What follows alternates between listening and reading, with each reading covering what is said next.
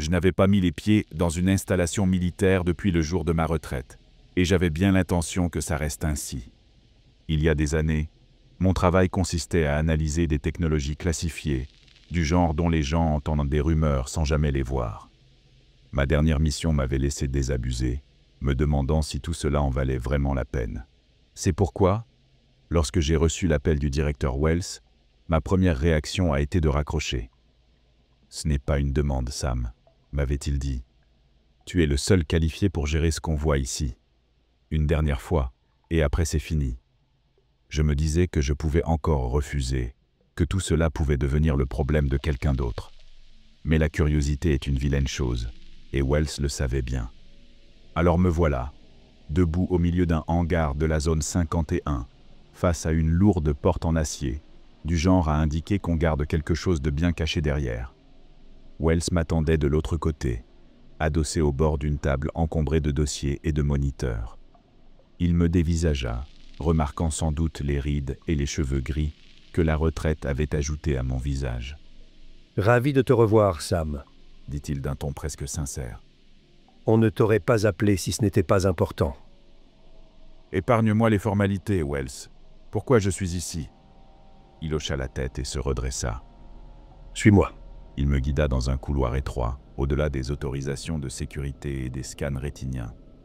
Il y a environ 1 an, nous avons mis la main sur quelque chose d'étrange. Un dispositif découvert par une équipe sur un ancien site dans le désert du Nevada. Ils travaillaient sur un projet sans rapport lorsqu'ils l'ont trouvé, enfoui sous le sable. On l'a ramené ici pour l'étudier, mais il y a bien plus que ce que nous pensions. Wells fit une pause, choisissant ses mots avec soin. Toutes les 18 heures, il s'ouvre, et il ne s'ouvre pas sur un endroit de cette terre.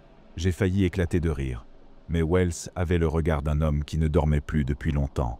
« Qu'est-ce que tu veux dire par pas sur cette terre ?» Il me jeta un regard, et je crus y voir une lueur de peur. « Tu verras par toi-même. » Nous atteignîmes une autre porte, lourdement gardée cette fois. Wells fit un signe aux gardes, qui s'écartèrent pour nous laisser passer. À l'intérieur se trouvait une petite pièce sombre, vide à l'exception d'un seul objet. Une sorte de portail, haut d'environ 3 mètres, fait d'un matériau ressemblant à de la pierre. À première vue, il semblait ancien, quelque chose que l'on s'attendrait plutôt à voir dans un musée que dans une base militaire ultra sécurisée. « Quand est-ce qu'il s'ouvre » demandai-je. « Dans 20 minutes. » répondit-il en consultant sa montre. J'étudiai le portail. De près, il paraissait encore plus étrange. Sa texture rugueuse et érodée semblait avoir résisté à des siècles d'intempéries. En m'approchant, je remarquai des marques discrètes gravées sur son pourtour, des symboles vaguement familiers, mais que je n'arrivais pas à identifier. Je me tournai vers Wells. Qu'est-ce qu'il y a de l'autre côté ? Jusqu'à maintenant, seulement des aperçus, mais assez pour savoir que c'est étranger. Étranger, genre un autre pays ? Étranger, genre un autre monde, Sam. On voit des paysages et des créatures qui n'existent pas ici. On a installé des caméras à distance pour capter ce qu'on peut, mais les appareils ont du mal à maintenir un flux stable. Les images s'interrompent, comme si l'endroit lui-même refusait d'être vu. À peine eut-il terminé que le portail commença à vaciller, un bourdonnement sourd remplissant la pièce. Je regardais, incapable de détourner les yeux, tandis que la structure se stabilisait, la pierre ancienne se solidifiant. Le centre du portail se remplit d'une image, comme une fenêtre s'ouvrant sur un autre monde. De l'autre côté s'étendait une végétation luxuriante, des arbres immenses aux feuilles bleu foncé et d'énormes plantes semblables à des fougères, ondulant comme sous une brise invisible. L'air semblait trouble, presque scintillant. Mon pouls s'accéléra. « C'est en direct ?» Wells acquiesça.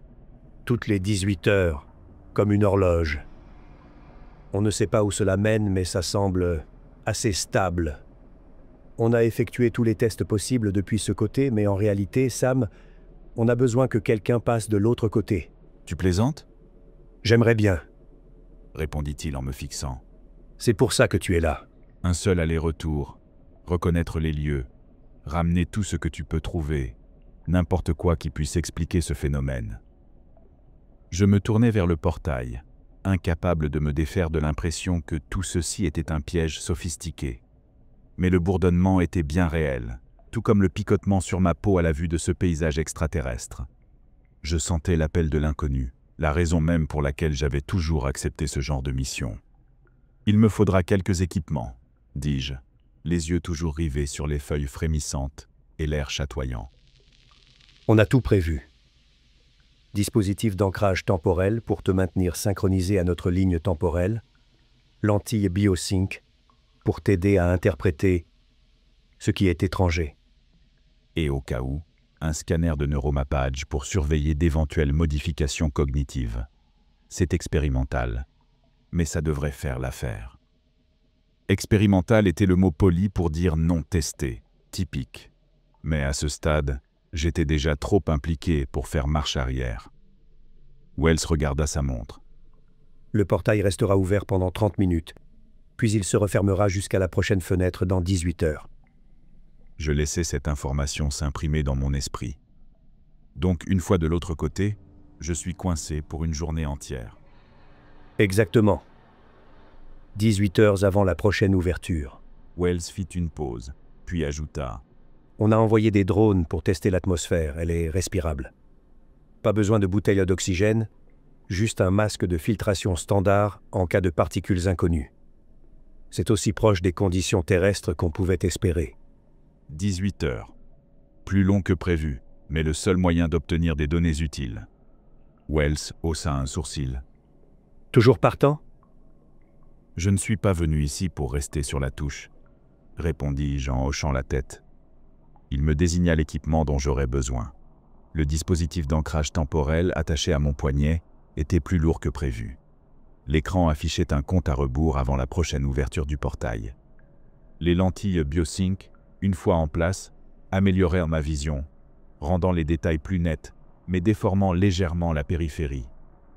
Il me faudrait un temps d'adaptation, mais si elles pouvaient m'aider à rester aligné avec ce monde, ça ferait l'affaire. Le scanner de neuromappage se logea à la base de mon crâne, conçu pour détecter tout changement cognitif ou effet secondaire.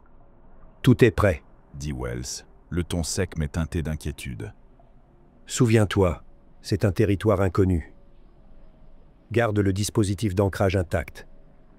On te surveillera, mais une fois de l'autre côté, tu seras seul jusqu'à la prochaine ouverture. » Le centre de la structure prit une lueur verte pâle qui s'affina progressivement en une image.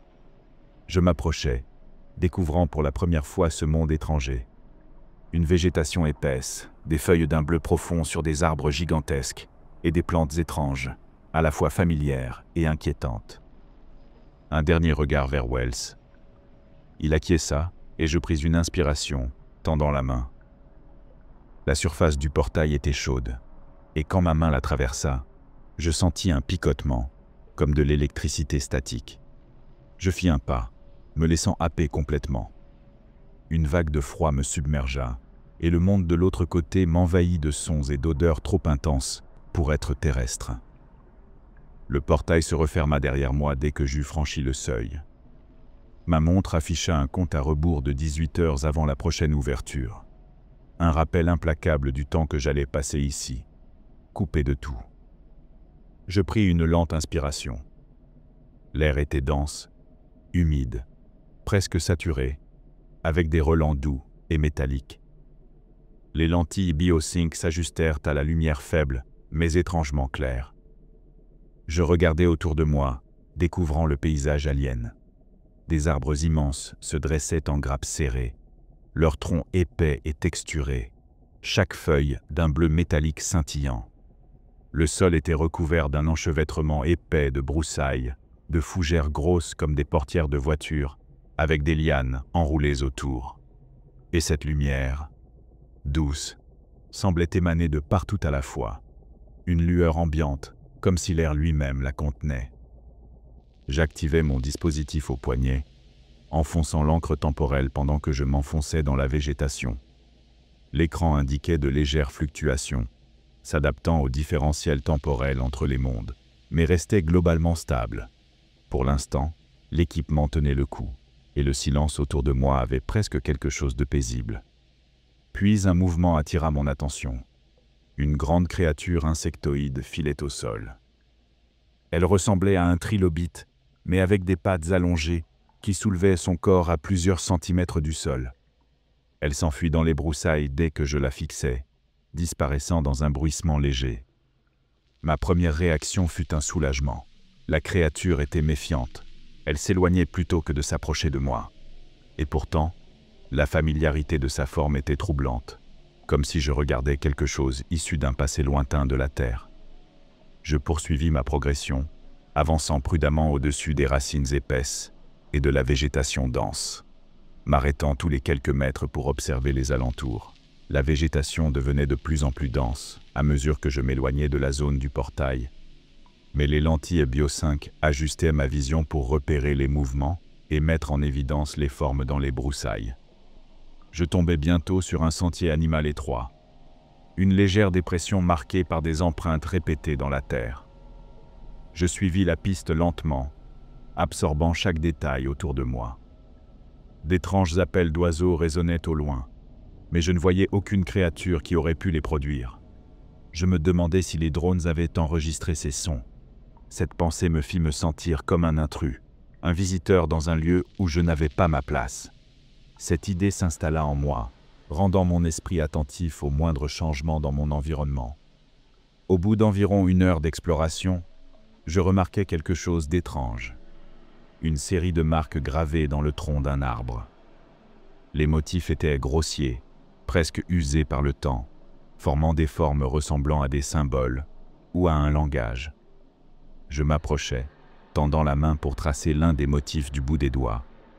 La texture évoquait davantage la pierre durcie que le bois, froide au toucher. J'activai mon scanner de neuromappage, l'appareil émettant un léger bourdonnement en enregistrant les gravures. Si ces symboles avaient une signification, peut-être que l'équipe de la zone 51 pourrait les déchiffrer. Mais quelque chose me dérangeait chez eux, comme s'ils appartenaient à une intelligence disparue depuis longtemps. La pensée que je n'étais peut-être pas le premier humain, ou être humanoïde, à avoir posé le pied ici s'insinua dans mon esprit. Je continuais, toujours en suivant le sentier, tandis que les gravures réapparaissaient, çà et là, sur des arbres ou parfois sur des pierres. Elles devenaient de plus en plus effacées à chaque fois, comme si elles avaient été laissées là depuis longtemps et presque effacées par le passage du temps. Finalement, le sentier déboucha sur une petite clairière, et c'est là que je trouvai la première véritable preuve de visiteur. Une empreinte partielle dans le sol meuble, presque humaine dans sa taille et sa forme, mais légèrement allongée, avec des orteils fins qui se terminaient en pointe. Je m'agenouillai pour l'examiner de près. Elle était indéniablement humanoïde, mais de subtiles différences la rendaient étrangère. Un frisson me parcourut l'échine. Quelqu'un avait marché ici avant moi, et cette personne n'était pas très différente d'un humain. Je documentais l'empreinte à l'aide de la caméra du dispositif d'ancrage temporel, prenant soin de ne pas la perturber en me relevant. En traversant la clairière, je remarquai que l'air s'était légèrement voilé. Les lentilles Bio5 s'ajustèrent à la lumière déclinante, mais je ne pouvais me défaire de la sensation que mes mouvements devenaient plus lents, plus lourds. Je jetai un œil à l'encre temporelle et remarquai une lecture inhabituelle, une légère fluctuation dans l'affichage. Le temps semblait s'écouler différemment ici, changeant peut-être subtilement de rythme, et je ressentais le poids de chaque seconde d'une manière que je n'avais jamais connue sur Terre. En avançant plus loin, je commençais à ressentir une légère décharge statique dans mon esprit, semblable à la sensation d'un souvenir que je n'arrivais pas à replacer. Ce n'était pas une menace immédiate, mais elle persistait, jetant une ombre sur mes pensées, alors que je progressais à travers la forêt. Plus loin, je vis un ensemble d'outils usés, rouillés et abandonnés au pied d'un arbre, à peine visible sous une épaisse couche de lianes et de feuilles. Je m'agenouillai et dégageai le feuillage pour les observer de plus près. Ils étaient primitifs selon nos standards, une vieille pioche en métal et un petit ciseau, du genre utilisé pour creuser ou graver. Depuis combien de temps étaient-ils là? Des mois, des années, des décennies? Le scanner de neuromappage bourdonna en enregistrant les outils, et je me demandais si leur conception avait un lien avec les symboles que j'avais vus plus tôt. C'était comme si quelqu'un avait déjà été ici, étudiant, peut-être cherchant quelque chose de la même manière que je le faisais maintenant. Les outils rendaient tout cela plus réel. Quelqu'un était venu ici avant moi, avait peut-être même tenté de survivre ici. Je me relevai, jetant un regard circulaire à la clairière, plus sur mes gardes que jamais.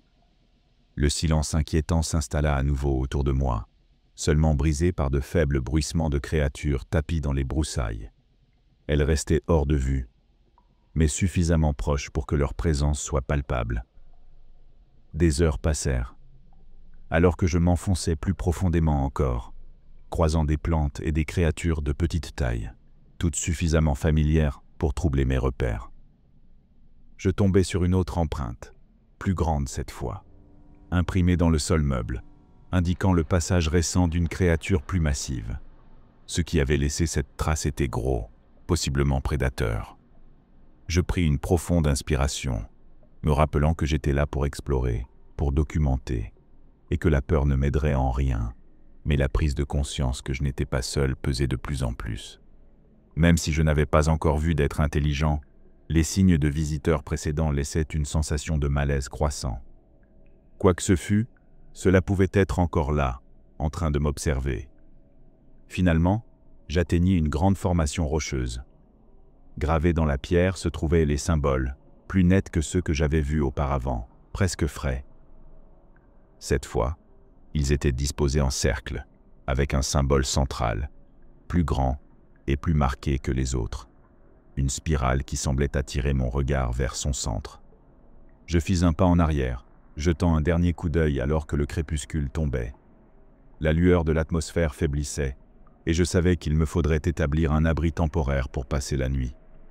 18 heures me semblaient bien plus longues que prévu, surtout avec la conscience que mon seul moyen de retour était ce portail, et cette pensée persistante que ce monde pouvait résister à mon retour. À mesure que les heures s'égrenaient, l'émerveillement initial face à ce monde extraterrestre laissa place à une tension que je ressentais jusque sous la peau. Je continuais d'avancer, les yeux scrutant la végétation, mais je sentais le poids de quelque chose de bien plus grand et bien plus intelligent, qui m'observait juste au-delà de ma perception. Plus de doute possible. Je n'étais plus seulement un explorateur ici. J'étais devenu un élément d'une expérience. Après environ 4 heures, je découvris les premiers restes humanoïdes, un crâne enfoui dans une motte de terre sombre. Le temps avait érodé l'os, et une sorte d'algue semblait en recouvrir la surface, le camouflant presque dans le paysage. Pendant un moment, je ne pus détourner le regard, pris entre l'horreur et une curiosité grandissante. Combien étaient revenus ici, pour n'y laisser que des fragments d'eux-mêmes? Je documentais les restes, prenant des photos, notant mentalement chaque détail pour le rapport, si un jour je revenais pour le remettre. En scrutant les environs du crâne, j'aperçus quelque chose de griffonné sur une roche voisine. Des lettres tremblantes, inégales, gravées à même la pierre. « They watch you dream ». Ils observent tes rêves. Le message me frappa plus fort que prévu, s'imposant dans mon esprit. Je ne pouvais me défaire de l'idée que l'intelligence présente ici n'était pas simplement passive, mais cherchait activement un lien plus profond, peut-être même avec l'esprit de ses visiteurs. C'était comme si ce monde alien pouvait me lire, extraire mes pensées et mes souvenirs à des fins obscures. En suivant le sentier plus loin, je commençais à sentir une pression dans ma tête, comme une migraine latente, un battement sourd à l'arrière du crâne. Mon dispositif d'ancrage temporel vibra légèrement, affichant de légères fluctuations. Le temps ici semblait moins stable que je ne l'avais pensé, comme s'il obéissait à des marées propres, me tirant hors de synchronisation avec la Terre. Chaque fluctuation déclenchait une vague de désorientation, et je dus m'appuyer contre un arbre pour reprendre mes esprits. Puis vinrent les murmures, se mêlant au bruissement des feuilles et aux cris d'animaux lointains. C'étaient comme des fragments de voix, des bribes de phrases que je ne parvenais pas à saisir complètement, mais assez familières pour raviver des souvenirs que je croyais enfouis. Les voix semblaient venir de toutes les directions.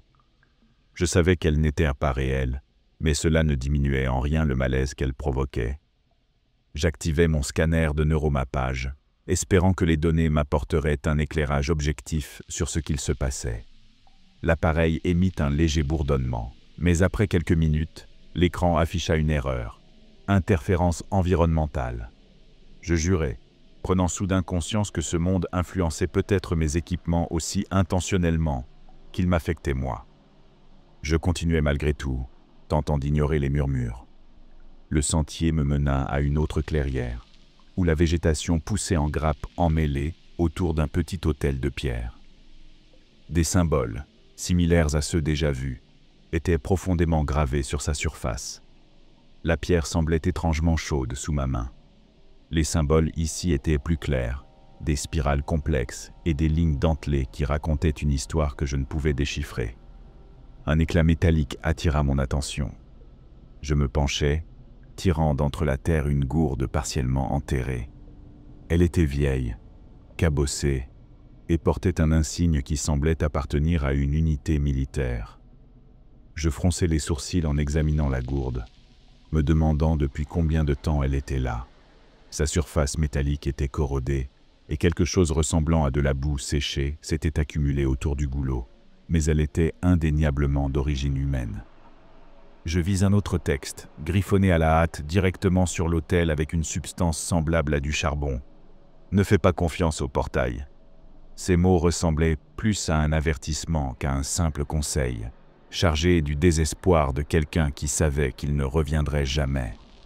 Je pris une photo de l'inscription, l'esprit envahi par les questions. Si le portail n'était pas digne de confiance, qu'est-ce que cela signifiait pour moi? Qu'avait-il fait à ceux qui étaient passés avant moi? Alors que je me relevais, je perçus un mouvement du coin de l'œil. En me retournant, je vis des créatures qui ressemblaient presque à des humains, mais tordues, déformées. Elles se tenaient accroupies dans les ombres, juste au-delà de la lisière des arbres. Leurs yeux étaient trop grands, leur peau marquée de taches sombres, presque fongiques. L'une d'elles pencha la tête, me fixant avec une expression étrangement proche de la reconnaissance. Un frisson d'horreur me traversa. Ce n'était pas de simples bêtes. C'étaient à des humains, ou l'avaient été, transformés, adaptés à ce monde, d'une manière qui leur avait permis de survivre, mais leur avait arraché leur humanité. Je fis un pas en arrière, le cœur battant, tandis qu'ils se retiraient lentement dans les ombres, leurs yeux posés sur moi avec une curiosité teintée de désespoir. Mon dispositif d'ancrage temporel se mit à clignoter de manière erratique et mes lentilles biosynchrones devinrent floues un instant avant de retrouver leur netteté. Le portail se trouvait quelque part sur le chemin que j'avais emprunté, mais avec le compte à rebours devenu instable, je n'étais plus certain d'y arriver à temps. Et après avoir vu ce que les autres visiteurs étaient devenus, je n'étais même plus sûr que le portail était ma porte de sortie. Et si le portail voulait me garder ici? Et s'il n'était qu'un piège, une illusion destinée à attirer des gens pour mieux les transformer? Je me forçais à bouger, mes pas s'accélérant sous la montée de la peur. Il fallait que je retourne au portail. Mais à chaque pas, l'environnement semblait changer, comme si les arbres se réarrangeaient subtilement. Je n'arrivais plus à dire si je tournais en rond, ou si ce monde lui-même essayait activement de m'empêcher de partir. Au bout d'un moment, je débouchai sur une autre petite clairière, et mon cœur se serra. Je la reconnaissais, le même autel, les mêmes symboles, comme si quelque chose m'y avait ramené. Mais cette fois, il y avait quelque chose de nouveau. Un petit insigne métallique enfoui dans le sol. Je le dégageai doucement de la terre, une plaque militaire. Le nom était à peine lisible, le métal rouillé, mais c'était suffisant pour confirmer ce que je redoutais. Ceux qui étaient venus ici n'étaient pas arrivés par hasard. Ils avaient été envoyés, peut-être à différentes époques, peut-être même par les mêmes organisations que celles qui m'avaient amené ici. Le portail n'était pas un simple passage, c'était un piège, un cycle, et chaque visiteur était livré à lui-même, la plupart succombant à l'influence de ce monde avant de trouver la sortie. Je tenais à peine debout, chaque bruit amplifié par le silence environnant. Je devais trouver une issue, mais la seule piste me ramenait vers le portail, vers la chose même qui orchestrait probablement tout cela. Les murmures revinrent, presque moqueurs. Des voix familières, celles de mon équipe, de ma famille, de souvenirs anciens, me narguaient, glissant dans ma conscience comme pour tester ma volonté. Une dernière fois, je me ressaisis et me tournai vers la direction supposée du portail. Le compte à rebours de mon encre temporelle clignotait toujours, les minutes ne correspondant plus à aucune notion fiable du temps. J'avançais, ignorant les voix, ignorant les créatures tapies dans ma vision périphérique, leurs formes tordues, à moitié dissimulées dans l'ombre. Elles ne tentaient pas de m'approcher, se contentant d'observer, comme si elles attendaient que je les rejoigne, que je devienne l'un des leurs. Enfin, j'aperçus la faible lueur qui marquait l'emplacement du portail.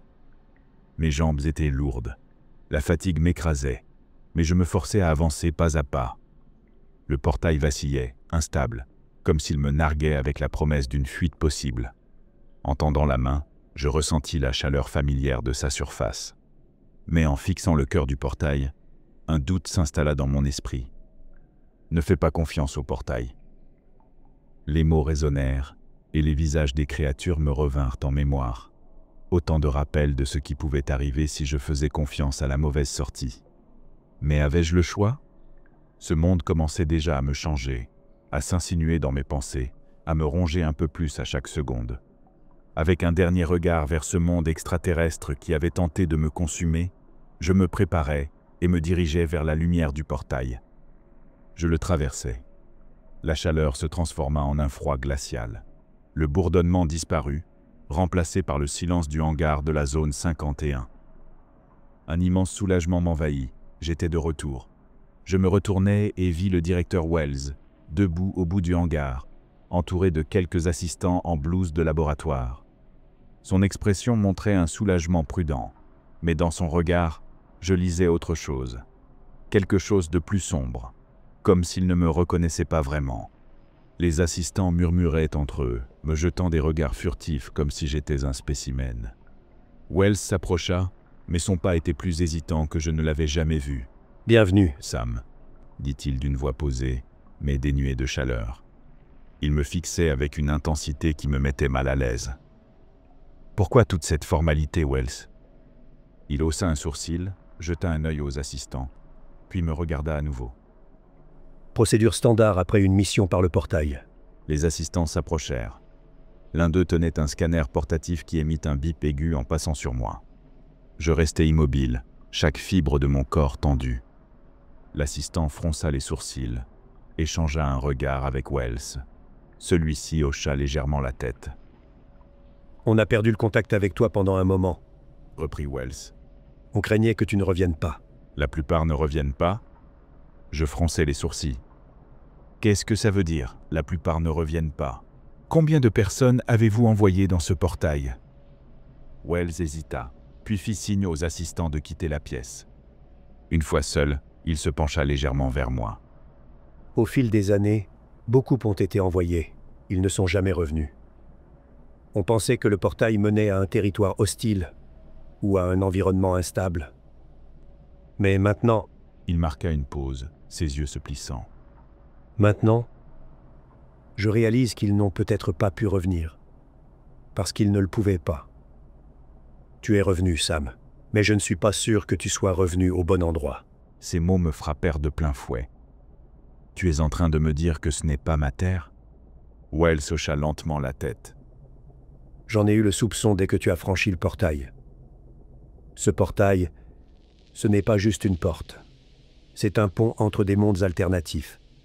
Des versions de la Terre presque identiques, mais avec de petites différences fondamentales. La prise de conscience me coupa le souffle. Je baissai les yeux vers mon dispositif d'ancrage temporel. Un message d'erreur clignotait silencieusement. Confirmation muette. Donc je suis revenu, mais dans une terre qui n'est pas la mienne. Wells acquiesça. Et rien ne garantit que tu puisses retrouver ton monde d'origine. Le portail est imprévisible. Il se connecte à un point spécifique dans l'espace-temps, mais jamais deux fois au même endroit. C'est pour ça que tant de gens se perdent. À chaque activation, le portail envoie les voyageurs vers une autre version de la Terre, et on ne le comprend que trop tard. Certains ne reviennent jamais, et ceux qui reviennent, eh bien, Ils atterrissent ailleurs. Je repensais au visage que j'avais vu dans l'autre monde, ces créatures à moitié humaines qui m'avaient observé. Je déglutis difficilement, me demandant si c'étaient des âmes perdues ou des versions de personnes comme moi qui étaient allées trop loin dans l'inconnu. « Est-ce qu'il y a un moyen d'essayer encore ?» demandai-je, la voix tendue. « Pour retourner sur ma terre ?» Wells secoua la tête. « Aucune garantie. Chaque activation mène à une autre version. Tu pourrais finir dans une bien pire que celle-ci. » Y a-t-il quelqu'un à qui je peux parler? Quelqu'un qui connaissait le Sam Foster de ce monde? Wells soupira, hochant la tête vers la porte. « Viens.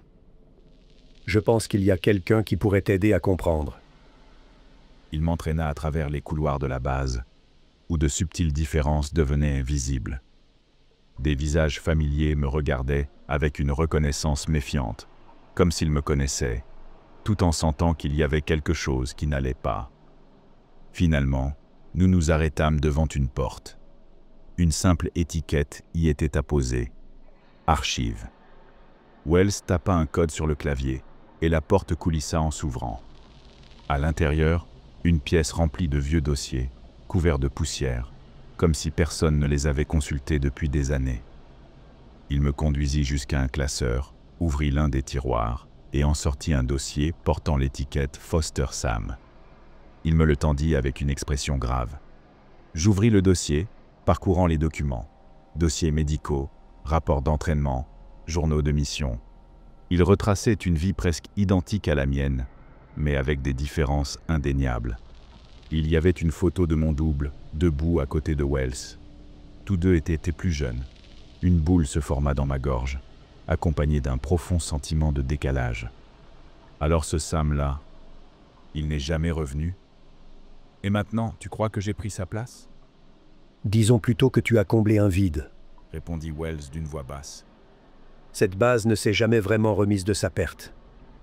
De ta perte. Ta famille a fait son deuil. Tes amis ont poursuivi leur vie, mais une partie d'eux a toujours gardé espoir que tu reviendrais. Peut-être qu'ils croiront que tu es lui. Peut-être qu'ils comprendront la vérité. Il me regarda, ses yeux mêlant compassion et malaise. Quoi qu'il en soit, tu es ici maintenant, et ce monde devra s'y faire. Mais souviens-toi, Sam, ce n'est pas ta terre. Tu peux essayer d'y construire une vie, mais elle ne sera jamais la même. Je refermai le dossier, sentant le poids de ma propre décision. Ma terre, mon vrai foyer, était quelque part là-bas, mais les chances d'y revenir étaient d'approche de zéro. Pour tout ce que j'en savais, je pourrais me retrouver un jour dans une autre terre encore, une version qui ne ferait qu'imiter celle que j'avais connue. Je restais silencieux, fixant le dossier entre mes mains. La vie d'un homme qui était à la fois moi et pourtant pas moi. Le portail, avec ses promesses de découverte, avait révélé sa véritable nature, un piège infini, indifférent, aspirant des gens venus d'innombrables réalités, n'en laissant échapper que quelques-uns, sans jamais les ramener chez eux.